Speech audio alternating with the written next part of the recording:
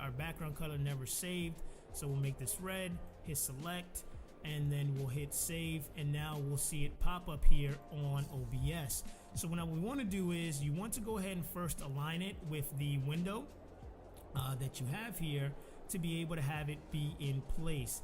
And then what I like to do is, once I have it aligned, what I like to do is I like to go ahead and grab the chat and bring it behind the starting soon, allowing me to be able to customize it and set it exactly where I want it. So once you have that there, you're gonna go ahead and lock the chat. You're gonna come back to stream elements, and once you're there, now you can go ahead and change this to black, a dark chat, hit save. And then once you're inside of OBS, you'll see here that now your chat is completely set up. So now let's go ahead and add your gameplay. Now you have an option to add your webcam on the right or your gameplay on the left. I personally prefer to have the webcam in the middle and the gameplay on the right, as this is more of an intermission screen, allowing me to build better connection with my viewers. So what you want to do is you want to hit the plus sign. You're going to want to go ahead and select on video capture device. We're going to name this game. You're going to hit OK, and then what you want to do is you want to go ahead and select your capture card. So once you have that there, we'll go ahead and resize this to put it where it needs to be. Same thing, we're going to want to put this behind, and now you're going to see here that we'll level it up here, align it where it needs to go, and this is going to allow us to be able to have the gameplay there. So if you take a look there, there's our gameplay. We're then going to go ahead and lock that screen, and now what we want to do is we want to go ahead and add our webcam. So you can see here, there's our gameplay, and now what we want to do is add our webcam. So we'll hit this plus sign, hit a video capture device, we'll name this camera, you'll hit OK, and then what you want to do is you want to go ahead and select your camera. So you can see here that now I'm visible. So once again, I'm going to grab the camera, I'm going to put it under the intermission screen, and size it until it fits directly inside of this window. Okay, so you see here. All right, perfect. So now you can see here that I have my intermission screen, I have my gameplay, I have my live chat, and I have my alerts. So then what I want to do is I want to go ahead and just lock everything here, and now this is going to be our intermission screen. Now the next screen that you want to go ahead and add is going to be your gameplay. This is going to be the main window that you're going to be utilizing to stream. So the easiest way to be able to accomplish this is that I'm going to go ahead and duplicate our intermission screen. We'll name this gameplay.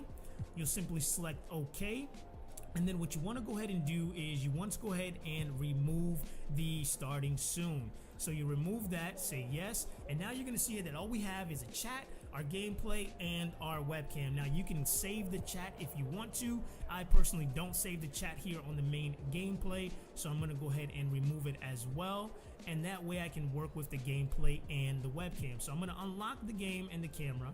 Okay, I'm going to go ahead and hide the camera for the time being, and I'm going to go ahead and right click on the game.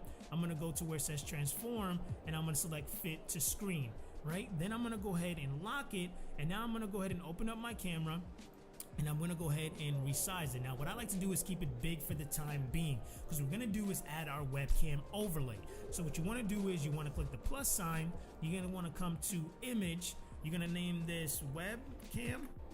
You're going to select OK, and then what you're going to do is you're going to go ahead and browse, and you're going to select the face cam overlay. That's going to go ahead and hit OK, and you're going to see here that it's there. So what you want to do is you want to hit transform on it, you want to go ahead and hit fit to screen, and now what you want to do is you want to lock the camera, so that way the only thing that you're adjusting is the webcam overlay. So we'll adjust this until my camera is in place. Right, so we'll have it nicely aligned there, and now what I want you to do for you to be able to size this together without any issues, I want you to go ahead and hold the control key on your keyboard, select the webcam and the camera, and then I want you to go ahead and right click and select group selected items. Now what this is going to do is that's going to allow you to be able to move everything around together, allowing you to be able to now go ahead and resize this to where you want your camera to be able to live. So I'll have it there, I'll then go ahead and lock it, and now you can see here if we go back to stream elements and we go back to our alerts, you can see here that now our alerts are going to also be displayed. So I can come here, select edit on the alerts, and what we're going to do is that we're going to go ahead and test it so we can find the best placement for the actual alerts. So that's what we're going to do here now. So let's go ahead and hit emulate, hit follow a few times, and then you'll see here that your alerts will go ahead and unlock it. It's going to appear where you want it. So now you can go ahead and move it And now you can see here that we have both our alerts, our gameplay, and our webcam all set up. So now that you go ahead and have everything set up, this is going to be the most important elements that you're going to go ahead and need to make your stream look professional and have people be able to start engaging with you. But there's so much more that you can actually do, and I went ahead and put in the description of this video a link to streamcd.net, which is a free tool that has free widgets and things you can use like countdown timers, real-time subscribers, and even animated text widgets completely for free. So definitely go ahead and check them out if you're looking for additional things that you can utilize to be able to go ahead and customize your experience. But it doesn't end here. Just having a professional looking stream is not only going to just allow your viewers to be more engaged, but there's more that goes into it if you truly want to grow your stream. So what you want to do is you want to go ahead and watch this video right here where I show you exactly how to be a good console streamer. That way you maximize your exposure and get more people to find you so you can grow, build your community, and go full time. I'll see you guys in the next one. Streaming directly from your console does not make you less of a streamer. You can still be successful just streaming directly from your Xbox. So in this video, I'm going to share with you tips on how you can stand out without all the bells and whistles and things you can do today to improve your stream to gain more viewerships, gain more followers, and provide a more entertaining stream. Let's dive in. What's going on? It's your boy Santana with Lines Amongst Sheep, and welcome to another video. If this is your first time here and you want to learn how to grow and improve your mixer stream and personal brand, subscribe to the channel and hit the notification bell so you can be notified when I upload a new video. So one of the most important things as a console streamer that you want to focus on is making sure that you don't have a laggy stream, that it's not buffering. You want to be able to offer the best experience for your viewers. So you want to make sure that you are directly connected to your modem through Ethernet cable. So you want to make sure that you make that possible. Now you may say, hey, my router and my Xbox are totally far apart. You can get an Ethernet cable that's long enough to be able to go ahead and make that adjustment or figure out how to get closer to your router. Now you may say, hey, I have a new Xbox, and yes, they do have good Wi-Fi chips, but if you ultimately want to offer the best experience for your viewers, you want to be directly connected to an Ethernet cable. Now one tool that you're probably not utilizing is your Xbox bio. You want to make sure that you have this filled out with your username for your mixer stream, maybe your schedule, and why somebody should come check your stream out. You want to make sure you utilize this because people may be sending you a message. They may open up your profile and see that you stream on Mixer,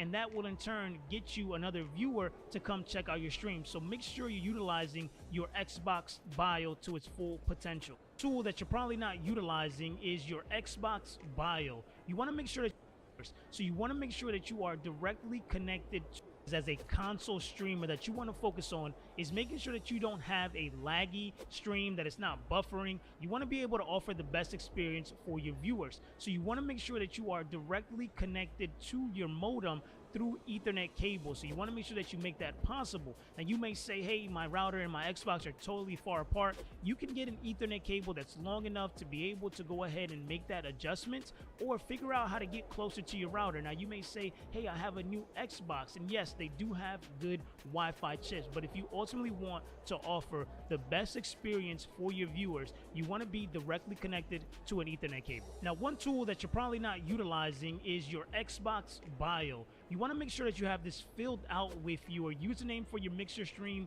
maybe your schedule, and why somebody should come check your stream out. You want to make sure you utilize this because people may be sending you a message. They may open up your profile and see that you stream on Mixer, and that will in turn get you another viewer to come check out your stream. So make sure you're utilizing your Xbox bio to its full potential. So another tool that you can utilize as a console streamer is a chatbot. So this is a web-based chatbot. So you only need to go to a computer for the first time to be able to set this up. You go to streamlabs.com, and I'll put a link in the description below. You simply go to the chatbot in there, you link it to your Mixer account, and now you'll be able to see when people follow you, when people leave you messages and things of that sort that will pop up on your monitor alongside your chat that that you currently see right now. So now you'll be able to engage more with your viewers and thank people for when they follow you and support your stream. So if you guys want to know how to add a chat bot to your stream when you're a console streamer,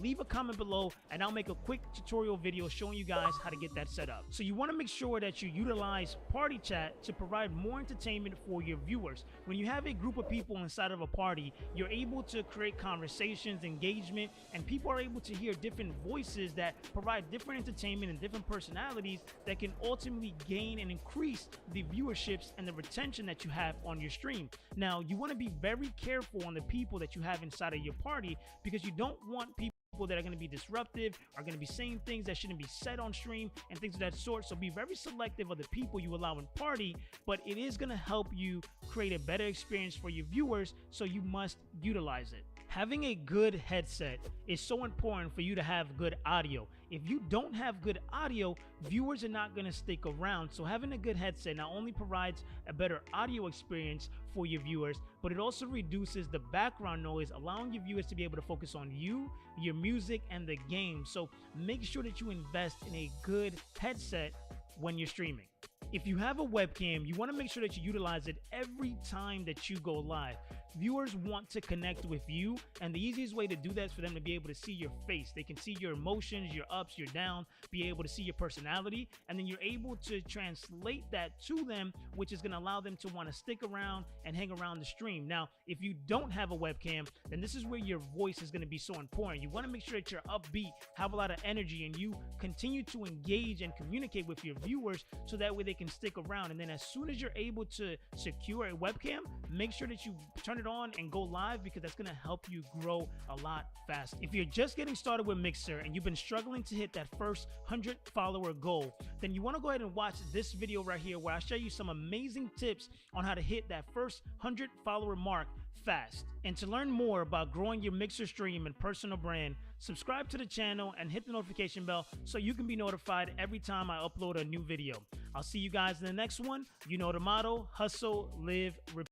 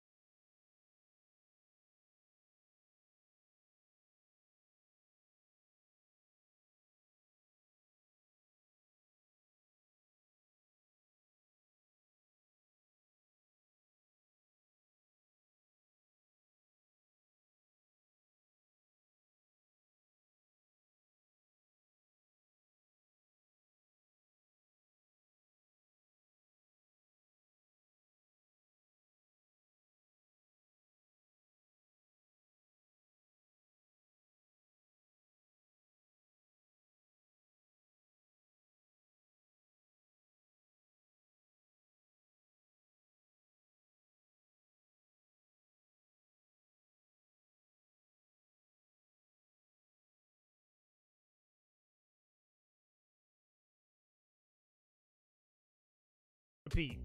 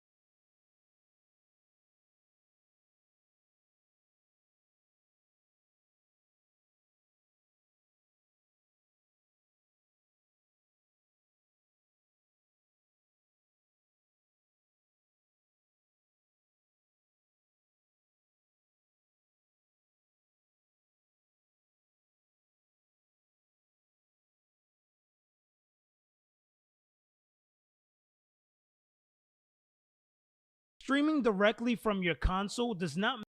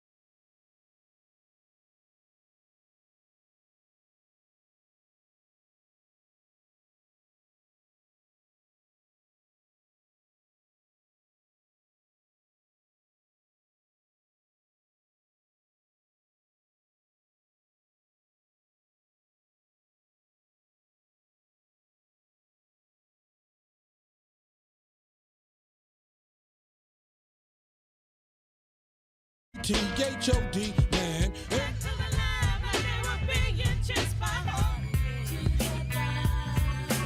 Rap legend, actor, controversy magnet. With over 4 million solo albums sold, decades-long run with Wu-Tang Clan, and 130-plus acting credits, Method Man has mastered the art of reinvention. But behind the success, scandals, struggles, and surprises. From legal troubles to Hollywood dominance. Let's break it all down. Before he was Method Man, the effortlessly cool rapper with bars for days, and before the glow-up that has the internet thirsting till date, he was just Clifford Smith, a kid bouncing between Long Island and Staten Island after his parents split. Born on April 1st, 1971 in Staten Island, New York, young Cliff had a mix of influences. His father introduced him to drums and poetry, while the streets introduced him to hustling. And let's just say, he dabbled in both. But hip-hop wasn't his only obsession. Turns out, Meth was deep into comic books, especially Ghost Rider, which later inspired him in many ways. Yes, the toughest nails Wu-Tang star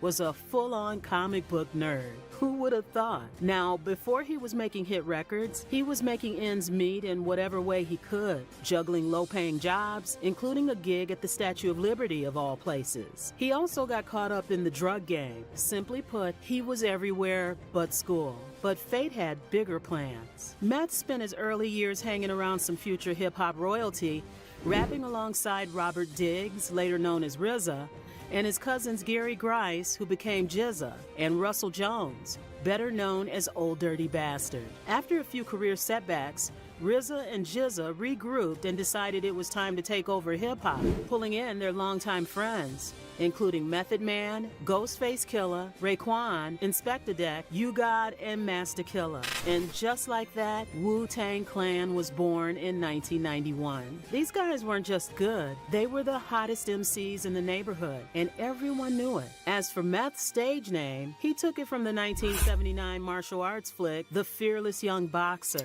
also called Method Man. Because if he was going to be a rap legend, why not have a name that sounded like a Shaolin warrior? Meanwhile, across the bridge in Newark, New Jersey, another rap star was on the rise. Reginald Noble, better known as Redman, was making a name for himself and described his high school experience as off the hook. He had no idea that one day he and Meth would become hip-hop's ultimate duo. At this point, Method Man and Redman are practically a package deal. The chemistry, the energy, the back-and-forth bars. It's no wonder people have spent years wondering if these two are actually related. I mean, it's not like hip-hop is short on family connections. Wu-Tang itself was built on blood ties, with RZA, GZA, and Old Dirty Bastard all sharing the same family tree. So the idea that Meth and Red might be long-lost cousins, totally understandable. But nope, they're not related. Just two insanely talented MCs who linked up and made hip-hop history. And while they've stacked up a ridiculous number of nicknames, Meth and Red, Red and Meth, John Blaze and Funk Doc, one thing remains true. Both of them earned their spot in the game on their own terms. Speaking of earning a spot, let's take it back to the early 90s when Wu-Tang Clan was about to flip the rap world upside down. More than just a rap group, Wu-Tang became a movement. The music, fire. The fashion, instantly iconic. And the branding, let's just say if you didn't see the legendary W symbol everywhere, were you even outside? When Wu-Tang eventually secured a deal, they didn't just change their lives. They changed the way industry viewed hip-hop as a business. From the jump, Method Man stood out. While the crew had some of the sharpest MCs the game had ever seen, Meth was one of the few who got a solo track on their debut album, Enter the Wu-Tang 36 Chambers. Not only that, but he was the first member to drop a solo project under Wu-Tang's unconventional contract, which allowed each artist to sign wherever they wanted. Meth, he went straight to Def Jam, one of the biggest rap labels of all time. And let's just say he did not disappoint. His 1994 debut album, Tikal, was an instant classic. Now, depending on who you ask, Tikal is either one of the greatest hip-hop albums of the 90s or it's wildly overrated. Some fans swear it's one of Def Jam's best releases, while others argue it doesn't even belong in the same conversation as classic rap albums. And honestly, both sides might have a point. When Tikal dropped in 1994, neither RZA nor Method Man seemed entirely sure of who Meth was as an artist. That raw, gritty Wu-Tang energy was definitely there, but the album had moments where it felt like Meth was still figuring out his own lane. But even with that, the album delivered. It had an insane run throughout the 90s, putting Meth in a league of his own. Let's not forget, he wasn't just another dope rapper. He was now a guy who could go toe-to-toe with anyone. And when we say anyone, we mean anyone. How many rappers can say they worked with both Tupac and Biggie? Not many. Meth was moving in all circles, collaborating with legends and still carving out his own identity. And then came the remix. All I Need was already a solid track on Tikal, but when he teamed up with Mary J. Blige for the remix, it turned into a hip-hop love anthem for the ages. To this day, fans still argue it's the greatest hip-hop love song of all time, and the Grammy win was just the cherry on top. After the massive success of Tikal, he followed up with his second solo album, Tikal 2000 Judgment Day, released in 1998. The album was drenched in Y2K paranoia, apocalyptic themes, and a wild guest list that ranged from his Wu-Tang brothers to Lisa Left Eye Lopez, D'Angelo, Mobb Deep, Chris Rock, Redman, and believe it or not, Donald Trump. The album outsold Tikal, but it wasn't without its critics. Many felt the abundance of skits and its long runtime made it a bit much, but commercially, Meth was still winning. And of course, this was also when his partnership with Redman really started heating up, leading to a string of legendary collabs. The two linked up, started collaborating, and before anyone knew it, they became one of the most legendary rap duos of all time. The duo dropped Blackout in 1999, an album that brought back EPMD-style funk, laid-back humor, and effortless chemistry. Tracks like Da Rock Wilder became instant classics. basics, proving that Meth and Red were one of the best duos in the game. They took that energy on the road, even touring with Jay-Z, cementing themselves as fan favorites, not just in the studio, but on stage too. His third album, Takao Zero, the prequel, released in 2004, was supposed to be another win, but things got messy. The lead single, What's Happening', featuring Busta Rhymes, did well, but fans weren't happy with the overall project. Meth himself had issues with Def Jam, claiming they pushed for a more commercial sound and sidelined RZA's influence. The album leaned heavily on guest appearances from Missy Elliott, P. Diddy, and Ludacris. And while it sold better than other Wu-Tang solo albums at the time, it didn't sit right with die-hard fans. Still, Method Man wasn't the type to let criticism slow him down. He kept pushing forward, because at this point, music, movies, and TV were all in his lane. Method Man's career has been nothing short of legendary, but even legends face roadblocks. While his transition from rap to acting has been smooth in recent years, especially with his role as the slick lawyer Davis McLean in Power Book 2 Ghost. I'd classify it more like an occasional arrangement, mutual back scratching, so to speak. It wasn't always that easy. He's been in films like Bad Shabbos. Ready for the night? You talked to my dad? Yeah, we kind of talked a little bit. Y'all nervous? No. And BET's Rebel, and fans still remember his early roles in Belly, How High, and The Wagness. So what? Oh, easy, cowboy.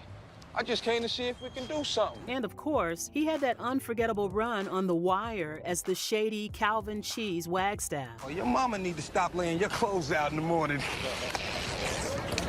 But getting Hollywood to take him seriously, that was a different battle. Back in 2004, he and Redman took their comedic chemistry from How High to television with Method and Red, a sitcom that had the potential to be great until Fox got in the way. He kisses boys and girls.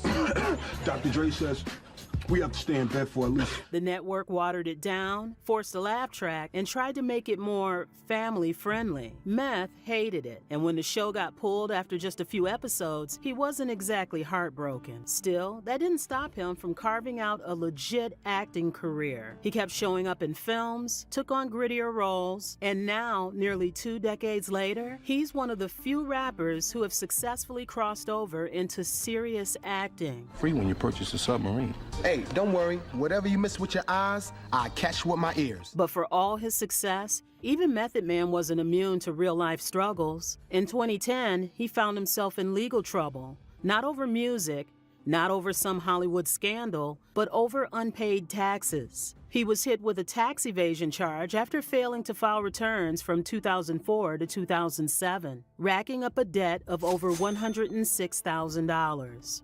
When it all came to light, Meth wasted no time. He hired a financial team, paid off the remaining $40,000 on the spot, and pleaded guilty to attempted failure to pay tax.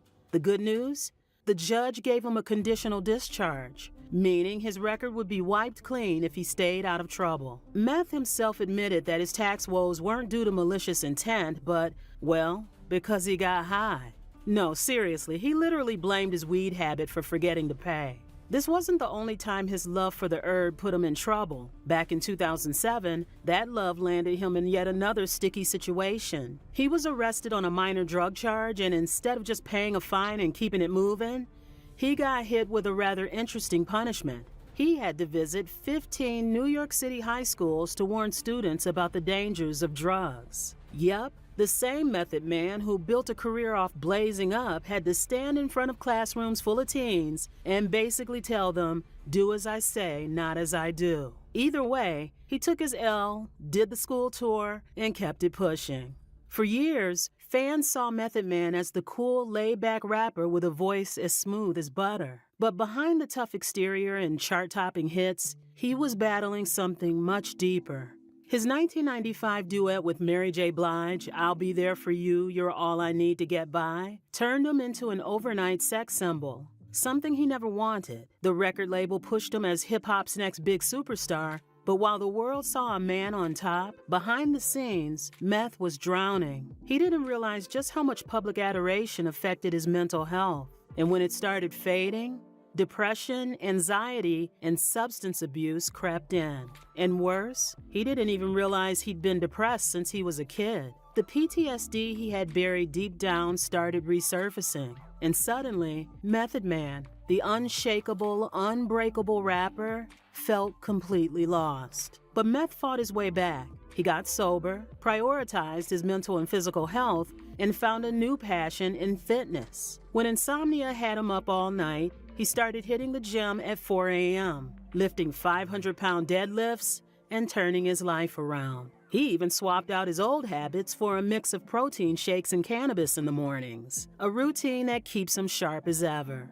And the glow-up was unmatched. Fans now follow his fitness journey on social media, where he shares everything, from intense workouts to motivational posts. It's a far cry from the reckless days of the past. Since he has never been shy about his love for weed, it was only a matter of time before he turned that passion into a serious business move. In 2020, he launched Kickin, his very own cannabis company. And no, this wasn't just some celebrity cash grab. Meth made it very clear that his goal was to bring more black ownership into the billion-dollar weed industry. He's always had a deep connection to cannabis, but over the years, that relationship has evolved. So instead of just rapping about it, he decided to profit from it. And honestly, it makes perfect sense. Method Man and weed go together like the Wu-Tang Clan in Staten Island. Speaking of Staten Island, earlier this year, the Wu-Tang legend was caught up in some serious allegations, allegedly throwing 7 punches at a man inside a Crunch Fitness gym. But here's where it gets real spicy. The guy he supposedly went off on was none other than his daughter's ex-boyfriend from over a decade ago. Now, according to the New York Post, a complaint was filed with the NYPD, but when Billboard followed up, there was no record of an arrest. And Method Man, he shut the rumors down immediately, saying he was never taken in. But still, people couldn't help but wonder, what had him that mad after all these years? And speaking of things that get him mad, let's talk about his very private marriage and the wild cheating allegations that have followed him for years. For over 30 years, Method Man has been with Tamika Smith, the woman who's held him down through everything. They started dating in 1992, had 3 kids together, and made it official in 2001. But unlike other hip-hop wives, Tamika has made it very clear she wants nothing to do with the spotlight. She's always been behind the scenes, even working as Meth's personal assistant at one point. Their kids, Shaquan, Raekwon, and Cheyenne, are all doing their thing. Raekwon is making a name. Their kids, Shaquan, Raekwon, and Cheyenne, are all doing their thing. Raekwon is making a name for himself in modeling, while Shaquan, who raps as Fifth Power or Power, and Cheyenne, who raps as Shay, are stepping into their father's hip-hop shoes. But while his kids are embracing fame, Meth has spent years trying to keep his marriage out of the headlines. Unfortunately, that hasn't stopped the scandals from creeping in. Now let's get into the real tea. One of the biggest scandals in Method Man's life from none other than Wendy Williams. Yep, that Wendy Williams. Back in 2021, while promoting her biopic and documentary, Wendy just casually decided to drop a bombshell, claiming that she and Method Man had a full-blown affair back in 2006. And according to her, while they were having pillow talk, Meth spilled that he was also creeping with his wife's doctor, the same very doctor treating Tamika for breast cancer at the time. Now let's be real, if that story is true, that's beyond Meth.